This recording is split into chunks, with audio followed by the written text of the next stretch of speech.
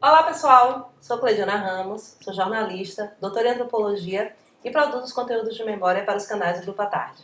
Eu sou Priscila Dória, jornalista e repórter do Grupo à Tarde. Nós estamos aqui na sessão Senta que Temos História do Projeto REC. Nessa sessão a gente recebe especialistas das mais variadas áreas do conhecimento para que a gente comente principalmente peças que formam o acervo do SEDOC à Tarde, reportagens, fotografias. Hoje a gente está aqui com o historiador Jonas Brito, mas ele vai se apresentar melhor. Tudo bem? Tudo bem, agradeço a oportunidade de estar aqui, agradeço a atenção dos que nos assistem. Eu sou Jonas Brito, graduado e mestre em História pela Universidade Federal da Bahia e doutor em História pela Universidade Estadual de Campinas. Pois é, Jonas, você pesquisou um fato muito interessante, né, da história aqui da Bahia, né, principalmente ali naquelas primeiras 5 décadas, né, da República, que foram extremamente tensas, que é o quebra-bondes. E isso aconteceu praticamente ali junto com a chamada Revolução de 1930, né? Então um protesto popular. Mas tem como a gente mais ou menos imaginar que esse protesto ele está conectado a todo aquele movimento dessa chamada Revolução de 1930 ou é algo que é, digamos assim, um evento mais ou menos que aconteceu em outra dimensão, ou está tudo conectado? Primeiro vamos recapitular o que foram o quebra-bondes e a Revolução de 30. A Revolução de 30 foi um movimento armado, ocorrido entre o dia 3 e 24 de outubro de 1930, um movimento esse conduzido por rebeldes do exército, chamados tenentes, e a oposição civil remanescente da Aliança Liberal. Esse movimento ele culminou na derrubada do regime, na derrubada da Primeira República e na ascensão de Getúlio Vargas ao poder. Trata-se de um movimento que se inicia em Porto Alegre, em Belo Horizonte e na Paraíba, e pouco a pouco vai alcançando os demais estados. A Bahia permanece legalista até o dia 24 de outubro. Então a Revolução ela não chega a estourar na Bahia. O quebra-bondes é um protesto que ocorre entre o início da noite do dia 4 de outubro e o início da madrugada do dia 5 de outubro de 1930 e se concentra em Salvador.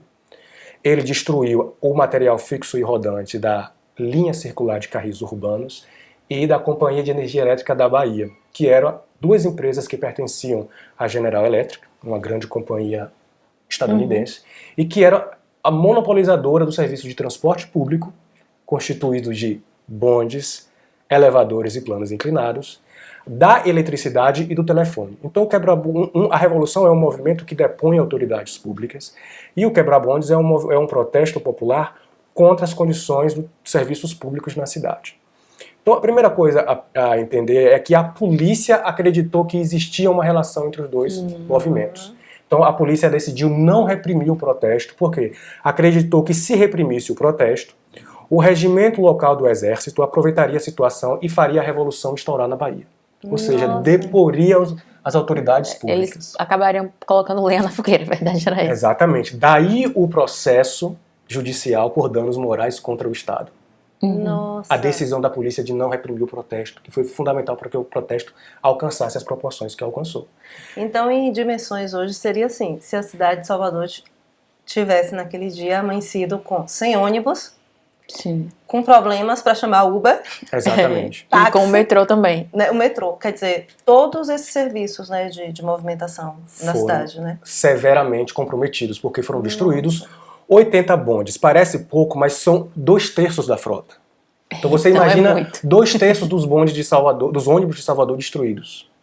Isso em um contexto revolucionário no qual transporte público é uma infraestrutura fundamental para manter a manutenção da ordem pública. Isso. Então a polícia acreditou, e a polícia inclusive acreditou que o quebra-bondes era um enredo e uma emboscada para tal. Então decide não reprimir. Essa crença ela é compartilhada por outros contemporâneos. Então, outros acreditaram que poderia sim existir uma relação, inclusive acreditou-se que o progresso da Revolução em outros estados, particularmente em Pernambuco, influenciou essa população a ir para as ruas para destruir a infraestrutura urbana. E quando nós observamos os meses precedentes, o que a gente percebe é que havia uma intensa disputa política local em torno da eleição para governador e da eleição para presidente. E nessa disputa, a oposição mobilizava a insatisfação pública contra essas empresas para desgastar o governo local. Então, mesmo antes, já existia uma relação entre a inquietação popular em relação aos serviços urbanos e a disputa política que vai a disputa culminar na Revolução de 30 e a insatisfação urbana culminar no quebra-bondes. Só para concluir, no dia 24 de outubro, quando chega a notícia da deposição do presidente e a população vai para as ruas comemorar, eles exigem a redução do preço dos bondes e a encampação da empresa. Então, são muito claros os indícios de relação entre os dois processos. E é um período também que Salvador vive muito, né? O discurso que circula muito é sempre em relação à carestia. Então, não se tem dinheiro para comer. É muito difícil o abastecimento de carne. É algo que vai se arrastar ali até o governo de Mangabeira, né? Isso. Já na legalidade. A Bahia vai ficar 15 anos em intervenção federal. Isso. Depois de 1900. Então, assim, de intervenção federal de 1930. Então, é um período muito complicado, né? Muito confuso, né? Exato. Gente. E dentro, né, de toda essa confusão, na época, gente, nesse período, né, o À Tarde foi invadido. E aí muito se especula que alguns disseram que era porque os amotinados passaram em frente à sede do jornal e acabou sendo uma consequência. Já outros, porque na época o próprio Simões Filho, né, criador e dono do jornal, ele era da oposição. Então tinha essas duas ideias, que foi porque os amotinados passaram ou porque foi uma retaliação contra o próprio Simões Filho. Nesses estudos que você fez, todas essas pesquisas, tem algo que você consiga relacionar nesse sentido? Sim, muito claro. A resposta para isso é bastante clara, até mais clara do que a pergunta anterior. Simões Filho era uma figura proeminente da política baiana nesse período. Ele era não apenas deputado federal, mas líder da bancada baiana na Câmara dos Deputados. Ele é o representante da Bahia nesse órgão, que é um órgão da política nacional. Então ele atuava muito no Rio de Janeiro. Ele era muito ligado ao governador Vital Soares e ao prefeito Francisco Souza. Então é uma figura proeminente, fazia parte da política baiana. Então, inclusive, ele será a pessoa responsável por pressionar o presidente da República a apoiar a candidatura do governador da Bahia, Vital Soares, a vice-presidente da República, nas eleições de 1930. Então ele, inclusive, queria ser o candidato a governador, mas tem sua pretensão frustrada, sobretudo por causa dos Calmon, que não aceitam esse nome. Né? Então, no caso, o nome de? Simões Filho. Simões Filho. E, ao mesmo tempo, ele teve um papel crucial na execução de um programa de obras e reformas urbanas que serão desenrolados em Salvador entre 1928 e 1930 e que vai implicar em aumentos tributários e aumentos tarifários. Então, o preço da eletricidade, o preço do telefone e o preço do bonde, eles aumentarão. Então, Simões Filho era muito associado a essa política situacionista e às obras e reformas urbanas que resultaram no aumento dos preços dos bondes, porque esse programa de obras e reformas era feito em parceria com a empresa. Era a empresa que reformou os bondes, reformou o elevador Lacerda, que adquiriu o aspecto que tem hoje. Então, quando chega em outubro de 1930, num contexto de revolução e em um contexto de levante popular contra a empresa, ele era uma pessoa absolutamente exposta por conta de suas ligações com os dois processos, e o jornal À Tarde apoiava o Simões Filho, apoiava o situacionismo e apoiava esse programa de obras e reformas. E tem um detalhe, né? A gente está aqui na semana, né, de comemoração dos 111 anos de fundação de À Tarde, né, que ele começou a circular em 15 de outubro de 1912, e tem uma coisa muito interessante relacionada ao quebra-bondes, né? Esta sede invadida durante o protesto, né, e depedrada também durante esse protesto, foi a primeira sede própria de À Tarde. À Tarde funcionou em 2 outros endereços desde a sua fundação, mas alugados. Então, para Simões Filho, além de todas as implicações políticas, né, ali é, na verdade, um duro golpe. Por quê? 4 de outubro era o dia do aniversário dele, de nascimento. Né? Então, ele ainda tem essa... E ele tem a gente observando muito a trajetória dele aqui nas próprias edições de À Tarde. Ele separa muito o Simões Filho político do Simões Filho jornalista. Então é interessante porque ele aparece pouco no jornal dele, né, nessa linha como uma voz. Ele, diferentemente dos outros donos de jornais do período, que estavam geralmente a serviço de um partido político, né, ele tem uma outra trajetória. Primeiro ele funda o jornal e depois ele entra na política.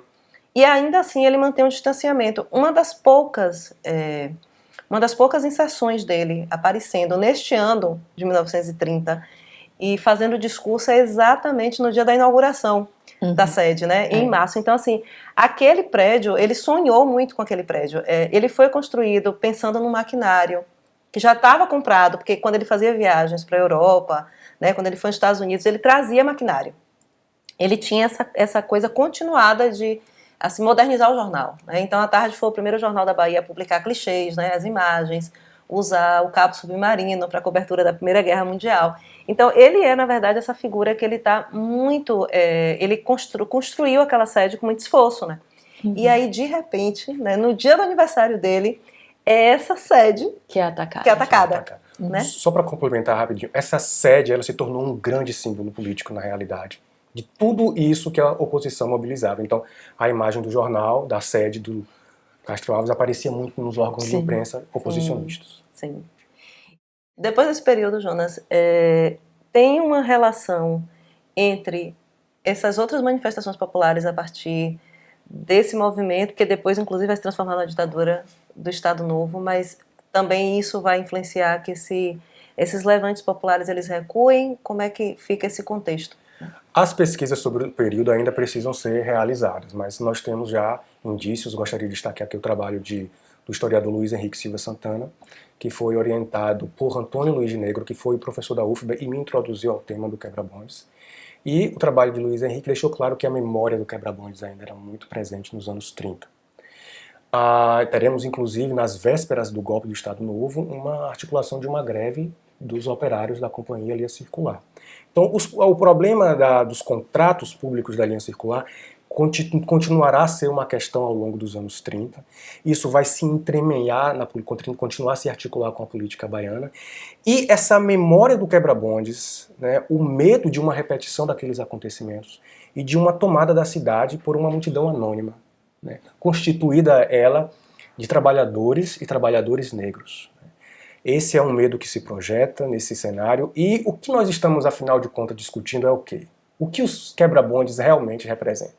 O quebra-bondes ele representou a ameaça de uma massificação e de uma radicalização da Revolução de 30. Uma vez que a Revolução de 30 passou a ser...